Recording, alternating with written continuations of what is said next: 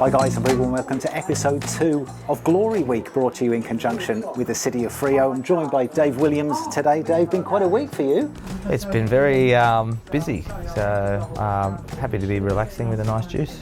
There you go. I'd just like to point out, Dave bought that juice himself. I did offer to get him around, he said no. So happy days, delighted with that. Now, just to give you an idea of where we are, this is the Gimlet Bar here in the heart of historic Freo, as part of the Warders Hotel, and it backs onto Fremantle Market. Dave, I know you pop in there on a regular basis. Yes, on a Friday, it's nice orange juice and lemonade, little frosty drink, so it's good for fruit as well. So absolutely is. Food from all parts of the globe. Opened in 1879, Freo Market, 150 plus stalls in there just at the moment. Plenty of local crafts, arts, that kind of thing that you can buy in there, as well as Dave mentioned there, plenty of food and drink options from every corner of the world. Lots of new age stuff as well, so if you're a big fan of crystals, dream webs, tie-dye, I know Dave, you're a big fan of tie-dye in particular, you can get yourself in there. There's also new age treatments, so myself and David have just booked in for tomorrow to get our chakras realigned ahead of the big game against the Mariners on Saturday. Obviously probably more important for Dave's chakras to be aligned, bearing in mind that he's playing. So we'll get on to the football. Dave, a massive game for you personally on Saturday, your 200th A-League appearance. It began way back in the sort of 2005-2006 season with Queensland Raw, and here we are in October 2023 and you're playing A-League football. What are your sort of emotions? How are you processing that at the moment? Yeah, it's been a long time since I first started. I was a train-on player at the Queensland Raw the first half of the season. I was still in year 12, and I think I was picking up $50 a session with the Raw, with Miron Bleiberg as the coach, and then come December 2005 I signed a professional contract to then play. Once I graduated I made that decision, and fell in my first game in January 2006 against Sydney FC, I think it was. So and then kicked off a bit of a short stint of A-League career, and then moved overseas. So don't feel that old, but I feel quite good. I feel sharp. I feel fit. So I'm happy to be here. Good to hear. Good to hear. And obviously looking after yourself still with the juice. Now you mentioned that you moved overseas at an incredibly young age. You were just 17 when you went over to Denmark to sign for Brøndby, as I believe it's pronounced. Can you just tell us the thinking behind that? I mean, your emotions when you went over there. I imagine there was excitement to start with, but quite daunting at that age, you'd think. Yeah, so previously I was trialling in school holidays, middle of 2005, so I kind of knew what I was getting myself into. So I'd go over in school holidays and trialled at a couple of places, then came back, finished off school and went. So it was a bit easier in terms of what to expect going over, and obviously once I arrived in Denmark saw a few familiar faces already, so settled in quite quickly. And at the end of the day I had a passion for football, wanted to play overseas. I had Harry Kewell and Mark Viduka as my idols, and they were playing overseas at the time in England, and I watched them a lot when they were playing at Leeds, and then when Harry went to Liverpool, and that's where I wanted to be. I wanted to be in Europe, and I had the chance to do it, so I took it. As a dad yourself now, let's flip this on its head. You've got two young lads. I know one of them in particular is very keen on football. If he got to 17/18 and an opportunity like that came up, as a parent now, how would you respond to that? If I had to sell stuff for him to go and have that experience, then I would, because it can obviously open bigger doors. You're in a whole new world of football over there. I feel like Australia is a bit closed off unless you're making it to Asia, or you've got some special quality to get outside of Australia and make it in Europe. So I would love the chance for one of my sons or both to follow football, and I'd probably want to be with them over there with that journey. So I'd feel proud, and I'm not going to force them to do anything. I'm just going to let them do it. But as long as I can, kick the ball around with them and play penalty shootouts in the backyard, then I'll continue to do that. But my youngest, he likes to play games with in the backyard and play football, and it's funny because when we line up, he's the Eagles and I'm the Broncos, so it's quite funny. He's got a very funny imagination about football teams. Excellent. I like the sound of that. It sounds to me that I reckon you're the good cop parent. Would that be true? Is it sort of fun times with Dad, and then when there's anything difficult to be done, then Mum has to step in? Oh, look, I think that stemmed from that being away for so long in India, and during the COVID bubbles, my wife had to also be both, and then coming home, it was very difficult to be the bad cop at certain points. I think it's slowly changed, but I think we both do a good job of a good balance of what we're doing. But I think my wife would agree with you. Look, it's hard. Kids go through certain stages of their life. We just have to guide them through, and hopefully, as parents, we're not pushing them too hard to force them the other way. Now, when you came back from Bromby, you signed for North Queensland Fury, ended up making nearly 50 appearances for them. I'm a little bit obsessed with North Queensland Fury, as I think I've mentioned before. So you've got Don Matheson as the owner, bit of a character to say the least. Then Franz Stracker eventually becomes coach, also a bit of a character. Can you tell us a little bit about the times that you had there at a start-up club in town? Yeah, well, first, former Glory coach Ian Ferguson was my first coach going in there, and I hadn't met him previously, and going into his squad was great. We had, quite good facilities. Don had a golf club that we'd all use for team meetings as well and whatnot, and also the leisure of playing golf on our days off and after training. It was a good idea. It was just unfortunate that finances in the future of that club didn't work out, and that's why it folded. But I love the people up there, the place, and I still call it my home. That's where my wife's from, that's where my kids are born. So for me, Townsville and North Queensland Fury is always going to be in the back of my mind. I've got a lot of good memories out there. So it was a club with a lot of opportunity. There's a big community of football up in North Queensland, spreading from Cairns even down to Mackay, so it could have really worked if you had the right people involved. Loved my time there, and we had some exciting games, but obviously didn't win enough. So you've got good memories, but more importantly, have you got any of the kit? Because the kit was fantastic, and I can only imagine that on eBay now, if you were knocking off bits and pieces of North Queensland Fury kit, it would be going for a decent price. I most likely have kit in a storage container somewhere. I don't have it on me here. I've got old Fury towels that they're kind of like a sweat towel type thing that you'd use at the gym or whatnot, so I've got one of them. I'm pretty sure I've still got a flag somewhere in my garage up in Townsville.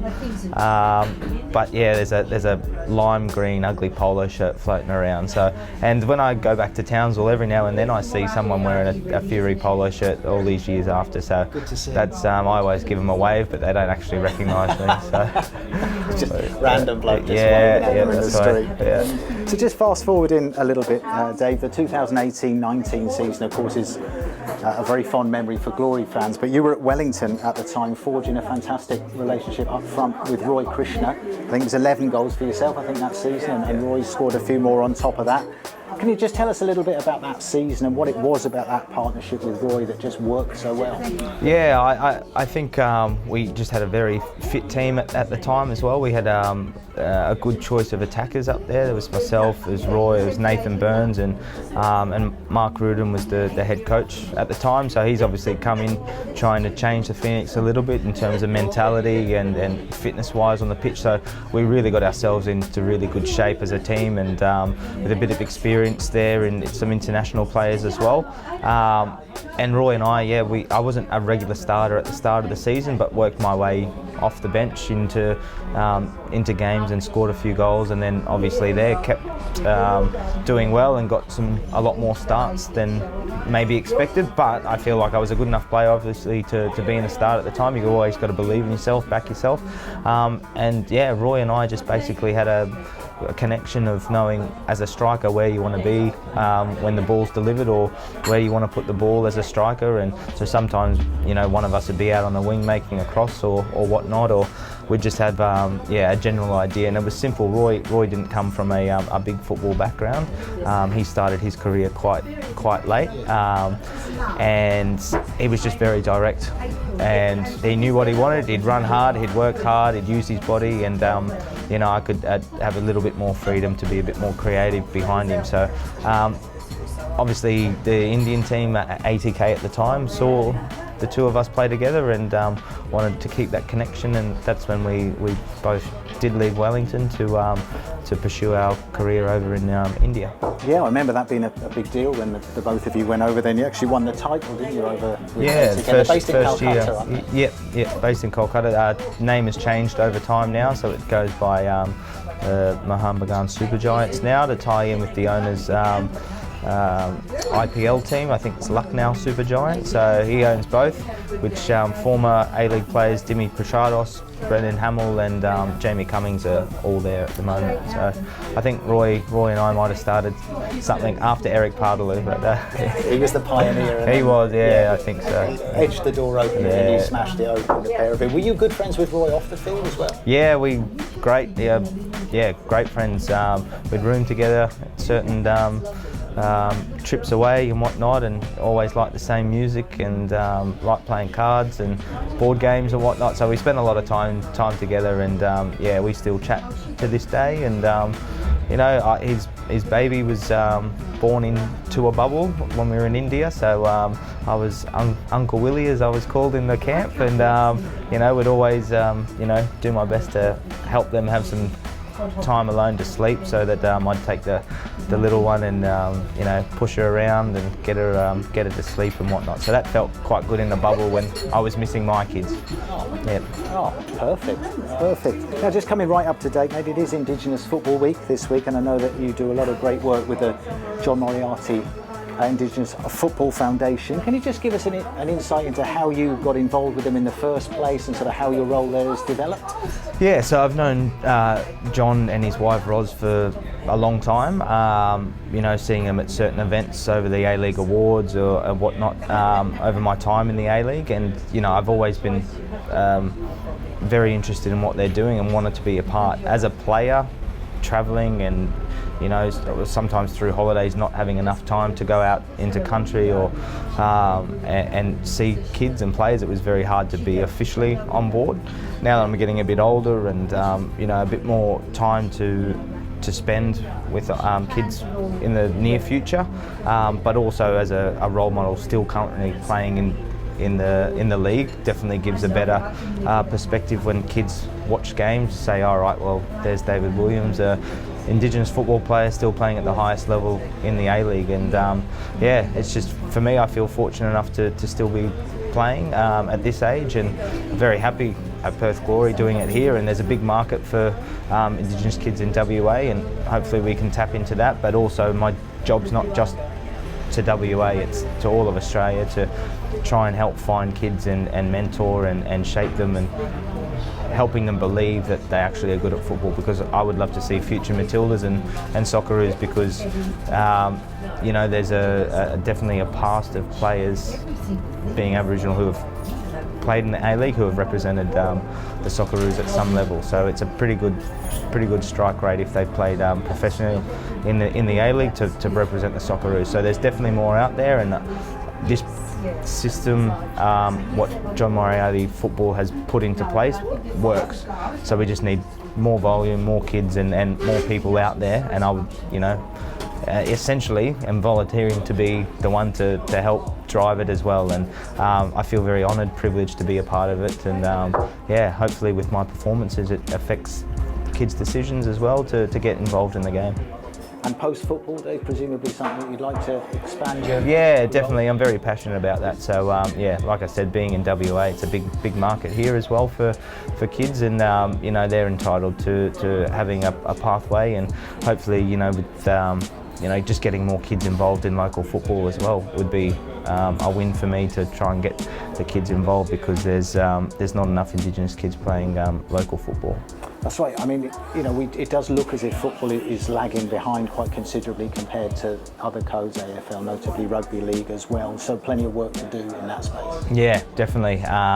You know, you just look at some stats with funding, what the government gives and whatnot, and as a footballer, you just, you know, not trying to whinge, but you just look at it and see, it's a bit unfair, because not every Indigenous kid is good at AFL or good at rugby league or good at cricket. I think they have to, you know, share it. I feel like there has to be a pot, and then each sport gets a bit of a equal share, because everyone's talented in something different to the next person, whether that be arts, sport, could be, you know, brain smarts and whatnot. So more funding into that can be great, but yeah, I look at it purely from the football perspective, and there needs to be more funding involved, and yeah, hopefully in the near future there will be change. Well, you're doing fantastic work, Dave. We will pop the link up to the John Moriarty Foundation with the social post that we pop out of this interview. Now, obviously looking forward to the weekend. It's going to be great to see you in action. Fingers crossed we can get that first win of the season against the Mariners. Training been okay this week? Training's been great. Yeah, boys are feeling sharp. We've had a bit of a recovery week. It's been a long trip to Wellington and back, especially, and also with the heat, it plays a factor in how much we can do at training. But boys are feeling great.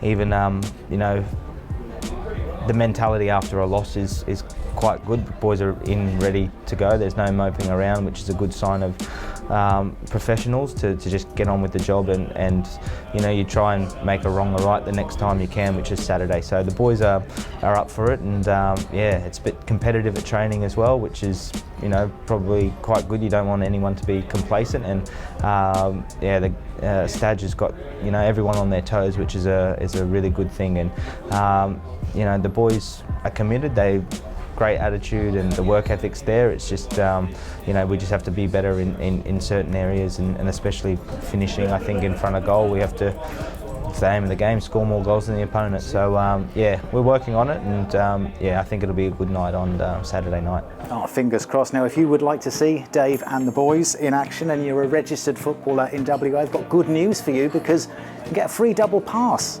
All you have to do is just wait for the email from Football West to pop into your inbox, which should really have already happened this week, and then you just follow the prompts, you pop your squaddy number in, and you can claim your double pass to see, as I said, Dave and the boys taking on Central Coast Mariners at HBF Park on Saturday evening, 6:45 p.m. the kick-off, so we'll just be cooling down nicely at that time. Ahead of that, also on Saturday, our A-League women are on the road. They visit McKellar Park to take on Canberra United. It's a 1 o'clock kick-off for them. That game will be shown on 10 Play, possibly Paramount as well, but definitely on 10 Play. The women looking for their first ever win in Canberra, which is quite remarkable. There's a little historical quirk. They've never won there. Quite possible with the way that they're going, and new look squad, so I think they're probably a good chance. Yeah, 100%. We'll keep our fingers crossed for them as well. And just one final one, if you are a Glory member this season and you haven't collected your members pack yet, you can do so at the merch tent just by gate 1.